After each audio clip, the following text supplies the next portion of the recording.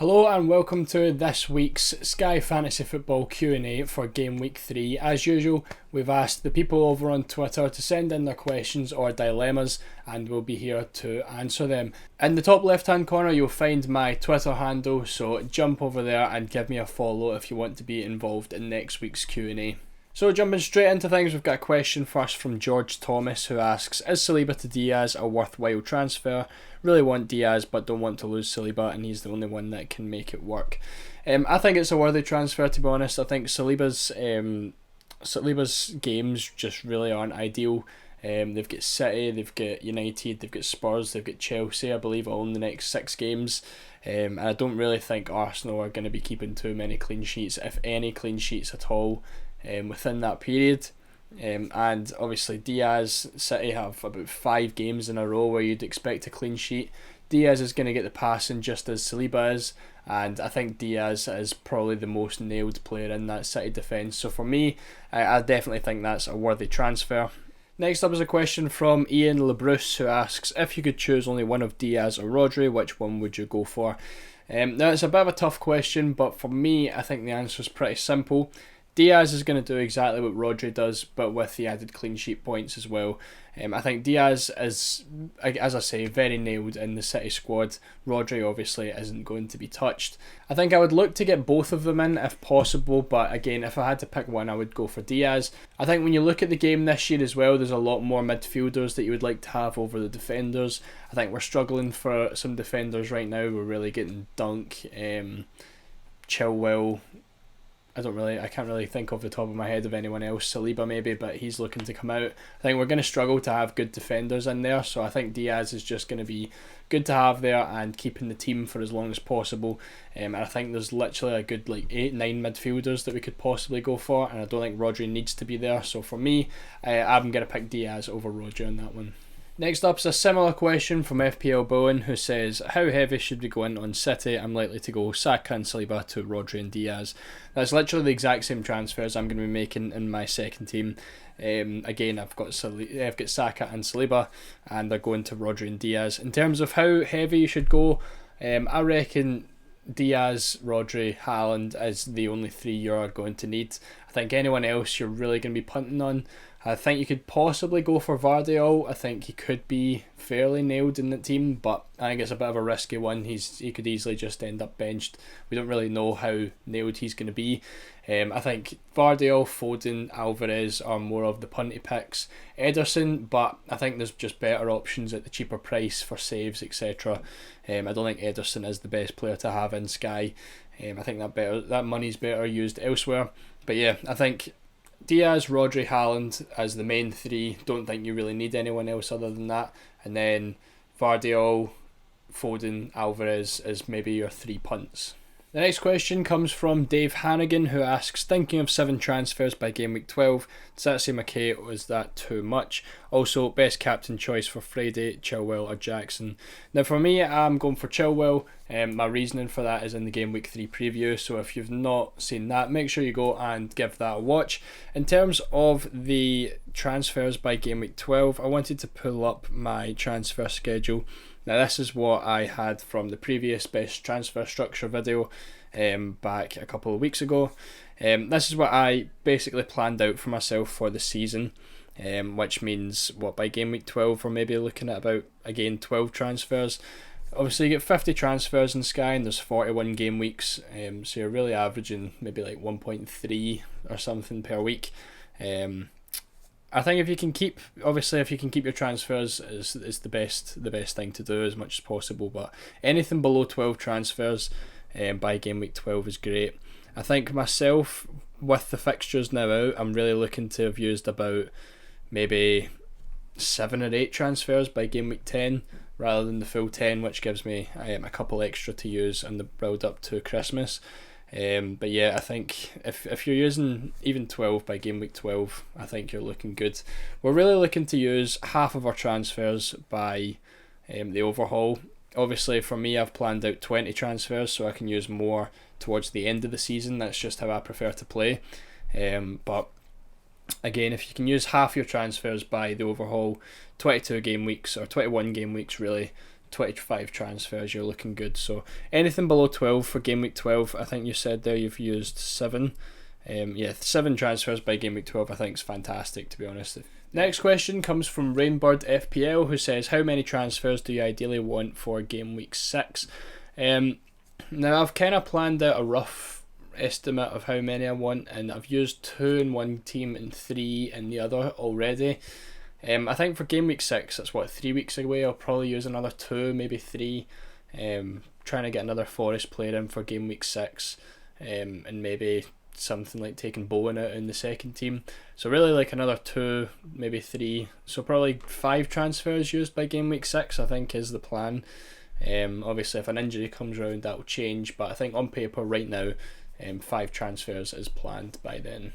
And another transfer question from Lee Williams, who asks, how many transfers are you planning on having by the end of the currently released TV fixtures? Now that is the end of October. I'm not sure what game week exactly that is, but that's probably going to be sitting around game week I want to say game week 10. No, game week 10 is the middle of October, so that's probably again game week 12. So yeah, I think for me, I've not looked too far in because I don't want to plan that far, because it's probably not going to stick that way. Plans usually change, so I only plan like 4 or 5 weeks in advance. I think I'd be maybe looking again at 8-9 transfers by then. Again, I don't really know exactly, but we'll be getting Spurs players in and stuff for those singles. I don't really think there's too many to be used, so I think I'm probably looking at again 8-9 transfers by the end of October. Next up we have the FPL routine, who says, is it too easy to use 3 transfers? I think I might have miswrote that one. I imagine, is it too much to use 3 transfers? I've already done Morgan Gibbs-White to Chilwell, and considering Salah to Rodri and Nakamba to Bowen. I don't think it's too, or maybe it's too early to use 3 transfers, I'm not sure. But I think Morgan Gibbs-White to Chilwell, perfectly fine. Most of us done that anyways. Considering Salah to Rodri, I think if you've got Rashford or Saka, I would prefer to take them out than taking Salah out right now, purely because of the difficult fixtures and the extra fixtures for City. I don't think Salah's necessarily needs to come out. Again, it's kind of just preference with those kind of players. For me, I would prefer to take out either Salah or Saka or Rashford. In terms of Nakamba to Bowen, I don't think that's really needed either. I don't think Nakamba's one of those guys we need to be looking at getting rid of right now. Obviously, he never get tackle bonus in game week 1, and he didn't play in game week 2, so we've really not got that much to go off of. I think we've all put him in off the start for a reason, just to have him sit there and gather bonus points as the games come along. And I think maybe I would just skip the game with Bowen if you don't have a captain. I think the chance to get Bowen in was last Sunday, and I think maybe it's a bit too late to do so now. But yeah, you've got Nakamba for that captaincy anyway, so I would be looking to keep Nakamba, and maybe if he doesn't get tackle bonus in the future, look to move him on. But I don't think there's any real reason to be making that transfer. And again, for Salah to Rodri, I would prefer to do Saka or Rashford. The next question is from GG Magpie, who asks, which is better, Kamara and João Pedro to Morris and Bissouma this week, or Kamara to Nakamba for the captaincy next week, and then move to Pedro for a 1-8 for the captaincy in game week 6. Kamara and Pedro to Morris and Bissouma. I like Kamara to Bissouma, but then, as you say, you're looking at Kamara to Nakamba for the captaincy, and then move Pedro to a 1-8. I think in your situation, I would keep Pedro, because after the Enciso injury news, I think Pedro will start and should play most minutes while he's injured. I don't think you need Morris. I would keep Pedro and Morris. Leave Morris. Kamara to Bissouma, I think, is a good transfer to make. I think I prefer Kamara if you don't have Nakamba already, which you clearly don't. I would do Kamara to Bissouma and skip the captaincy day next week, and then you could look to move Pedro on for a 1-8 in game week 6. If you don't have the money for Kamara to Bissouma, I think I would probably just do Kamara to Nakamba. I don't like Kamara as an enabler this year. And again, we're still to see what's happening with Nakamba. But if you've got the money available, I would keep Pedro, do Kamara to Basuma. If you don't have that money, then yeah, I would do Kamara to Nakamba for the captaincy. And then definitely look to get a 1E in for game week 6. The next question comes from Rowan Carrera, who asks Salah to who? Again, I don't really think Salah needs to come out. I think we still have some captaincy days for him in the near future. But if you are looking to get rid, I think I would just go to one of the City players. There's Rodri on the list, Diaz on the list, and then you can always go for one of the 3 punts that I said earlier. But yeah, again, I don't really think he's necessary to come out. I think you could go for a Saka or a Rashford if you've got them. You'd be better getting rid of them. But yeah, I think Rodri, Diaz would be my 2 main picks for replacement there. Next up is Kai, who asks Diaz or Ederson for the upcoming City fixtures. I already own Rodri and Haaland. Diaz offers passes, but Ederson's 100% nailed. Saliba would leave for Diaz or Onana for Ederson. Again, similar to most of the questions, I would definitely go for Diaz. I think Onana in goals perfectly fine. He's looking like he's going to be getting saved tiers quite a lot. I wouldn't say Ederson's 100% nailed, to be honest. I think he easily could just be replaced for Ortega in any game. But yeah, as I've said before, I think Diaz should be the most nailed player in that City defence. So for me, I would definitely pick Diaz there, and your team's looking great with Diaz, Rodri and Haaland. Next up, FPL Spartans asks, would you skip Luton versus West Ham if you don't have any of their assets at the moment? And do you have plans to switch your goalkeeper? I also have Johnson. I think yes. I believe I said this in the previous question, or one of the previous questions. I would skip Luton West Ham if you don't have the players. I think that's one that you either had to set up with Nakamba in game week 1, or you should have got Bowen in last Sunday if you really wanted to do that. But I don't think there's any harm in skipping that captaincy day. It probably isn't going to be worth it, getting 2 transfers just to get them right back out again. Do you have plans to switch your goalkeeper? I also have Johnson. I think the only way I would take Johnson out is if Dean Henderson's signed. For me, I'm not looking to change Johnson. Maybe to Onana or Sanchez at some point. But for me, I don't really want to use that transfer yet. If Palace's fixtures start to get a bit poor, which I don't like to do for a long time anyways, that's when I'd look to make that move. But for now, I'm more than happy having Sam Johnson in goals. Again, we have a pretty similar question from Mighty Redmen, who asks, is 3 transfers too much to make this weekend? Also, would you say getting the Kamba out for Basuma is a no-brainer? 3 transfers, I don't think that's too much. I think if you need to make 3 transfers, you have to make 3 transfers. It's just the way things are. I think most people should be getting Diaz, Rodri. There'd be the 2 I would make this weekend. So 2 transfers, definitely.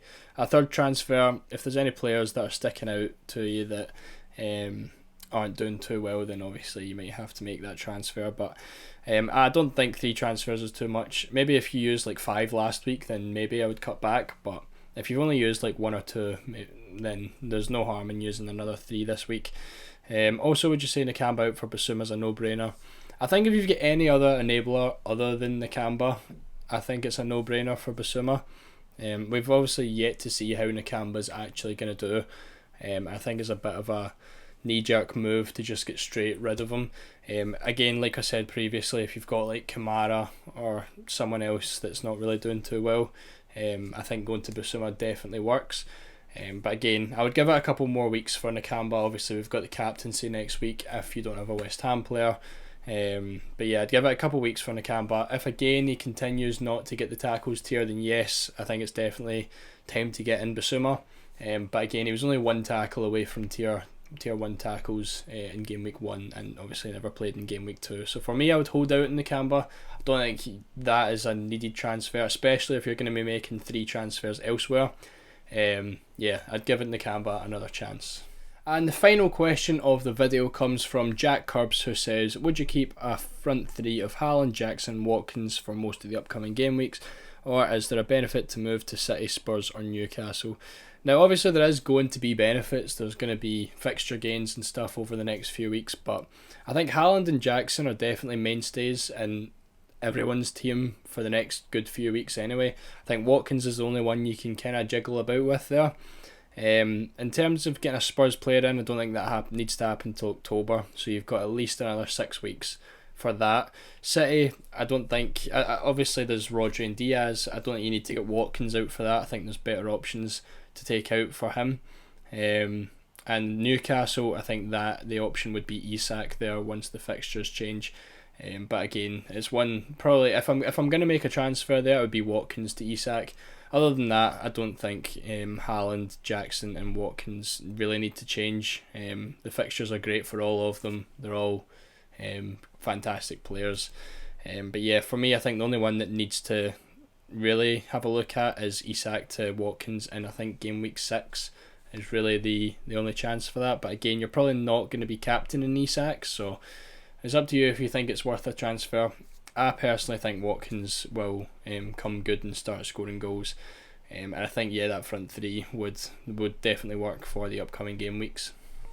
And that wraps up all of this week's questions then. Hope you enjoyed the video. If you did, make sure to leave a like. Again, next Wednesday, we'll be asking for more questions for the Game Week 4 Q&A, so make sure to go and drop me a follow on Twitter if you want to get involved.